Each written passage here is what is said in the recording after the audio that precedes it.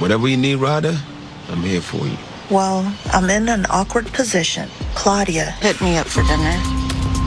This whole situation between Rada and Michael honestly feels like one of those relationship storylines where everybody watching can already see how it's probably going to end, except the person actually inside the relationship. Every single time it looks like Rada is finally done with Michael, somehow he finds a way to pull her emotionally right back in with apologies, temporary changes, sweet moments, or emotional conversations that make her believe things might finally be different this time. That looks like a beautiful breakfast.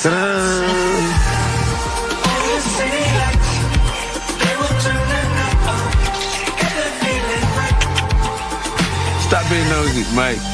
Okay, get your own girl. Rada and I just got back from Ghana. And as far as I'm concerned, the trip was a total success. Okay, motherfuckers, I'm here in Accra, Ghana to do the most important thing I've ever done in my comedy career, to shoot a comedy special. I filmed my first ever comedy special in Ghana, and I know it's gonna be a hit. Plus, I finally got Rada back on my good side. I'm glad we took this trip. I think the most important part was my mom finally meeting the baby. You know, just taking Mikey there and seeing how proud you were. It just brought back that spark again between you and I, and how important family is to me. I feel like Michael has changed because he's really trying to protect my feelings. While we were in Ghana, that old Michael just came back again, the person that I fell in love with. Plus, he's not speaking to Nadia directly either because he has his new assistant, which is a huge weight off of my shoulders. So let's make a main focus on us, the baby. I know you like to work, but take a break from working and just concentrate on us. The new assistant that I hired, I think she's doing a good job trying to put things together. I'm very concerned about what heaven is doing to my company while I'm away. My video call with her was not completely reassuring, but I don't want Rada to worry about none of that right now. I don't want nothing to cause any friction between me and Rada.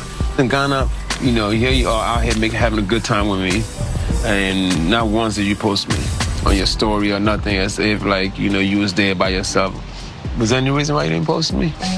What you did was like very humiliating, and I did not want to answer any questions that my friends were going to ask, my family, my children. I know for a fact you are the woman of my life.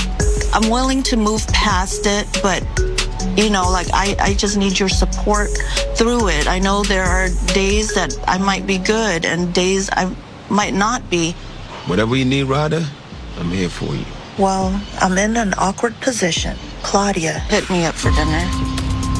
So I'm gonna have to break the news to her that we're back together. I don't know what to say because I can't defend you anymore. Just tell her, you know, hey, Claudia, I'm back with Mike and mind your damn business. As long as you wear your ring when you go to dinner with Claudia. So you want me to put back on my ring? I put back on my ring. So when's the date? Find an African wedding planner. Okay, I'm gonna find a wedding planner. Toast to your dinner with Claudia. Toast to our marriage date. The biggest thing that stood out during this conversation is that Rada clearly still loves Michael deeply, no matter how much chaos, embarrassment, or heartbreak has happened between them publicly. You can see it in the way she talks to him, the way she softens around him emotionally, and the way she keeps giving him opportunities, even after multiple situations where trust was broken. That's what makes this storyline frustrating and sad at the same time, because her feelings honestly seem genuine. But Michael still gives off energy that feels inconsistent and unreliable. What makes the relationship exhausting to watch is that Michael always seems to show up with just enough charm, attention, or emotional vulnerability to keep Rada emotionally attached without fully proving that he's actually changed long-term. He knows exactly when to say the right things, when to act softer, and when to temporarily become the version of himself she wants to believe in. But the problem is that the cycle keeps repeating over and over again. That's why so many people around Rada seem emotionally tired watching this relationship continue, because at some point, repeated heartbreak stops looking like bad luck and starts looking like a pattern. Every few episodes, there's another issue, another woman, another rumor, another betrayal, or another emotional conversation about rebuilding trust. Then things calm down briefly, before the drama starts all over again. What also made this scene feel heavier is that viewers are now seeing more of Rada's family life and children involved around the situation. Once kids become visible in these storylines, the emotional stakes automatically feel bigger because now people start thinking beyond just relationship drama. They start questioning what kind of emotional environment is being created around the family and whether constantly forgiving betrayal is healthy long-term. At the same time, though, I honestly do think Michael knows Rada's love for him is real. That's part of why he seems so confident that no matter how bad things get, there's still a chance she'll eventually take him back emotionally. People behave differently when they know somebody genuinely loves them deeply, and sometimes toxic partners become comfortable relying on that emotional loyalty instead of truly changing their behavior permanently. Another issue is that Rada herself seems emotionally conflicted between what she knows logically and what she feels emotionally. Logically, she probably understands why people keep warning her, questioning the relationship, and getting frustrated with her decisions. But emotionally, she still wants to believe Michael can eventually become the man she hopes he'll be. That emotional conflict is what keeps trapping people inside toxic cycles, because love and logic do not always move together. The scene also hinted that more drama is probably coming later, involving other women and hidden situations Michael may still not be fully honest about. That's why the relationship still feels unstable, even during calmer moments. Every time Michael starts rebuilding trust with Rada, another rumor, another woman, or another secret somehow appears waiting around the corner.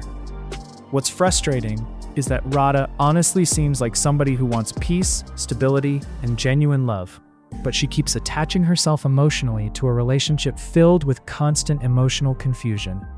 Instead of feeling secure, the relationship always feels unpredictable, stressful, and emotionally draining.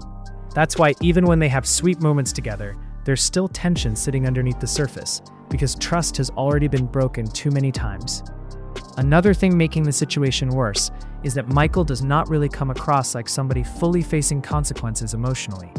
He seems more focused on getting back into Rada's good graces than actually understanding how deeply exhausting the repeated betrayals have become for her emotionally. Temporary apologies and sweet gestures only work for so long before somebody eventually becomes emotionally numb.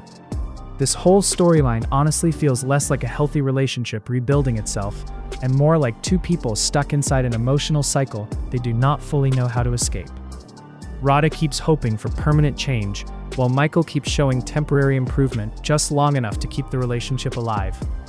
At this point, the biggest question is not whether Rada loves Michael, because that part is obvious. The real question is whether love alone is enough to survive repeated disappointment, broken trust, public embarrassment, and emotional exhaustion.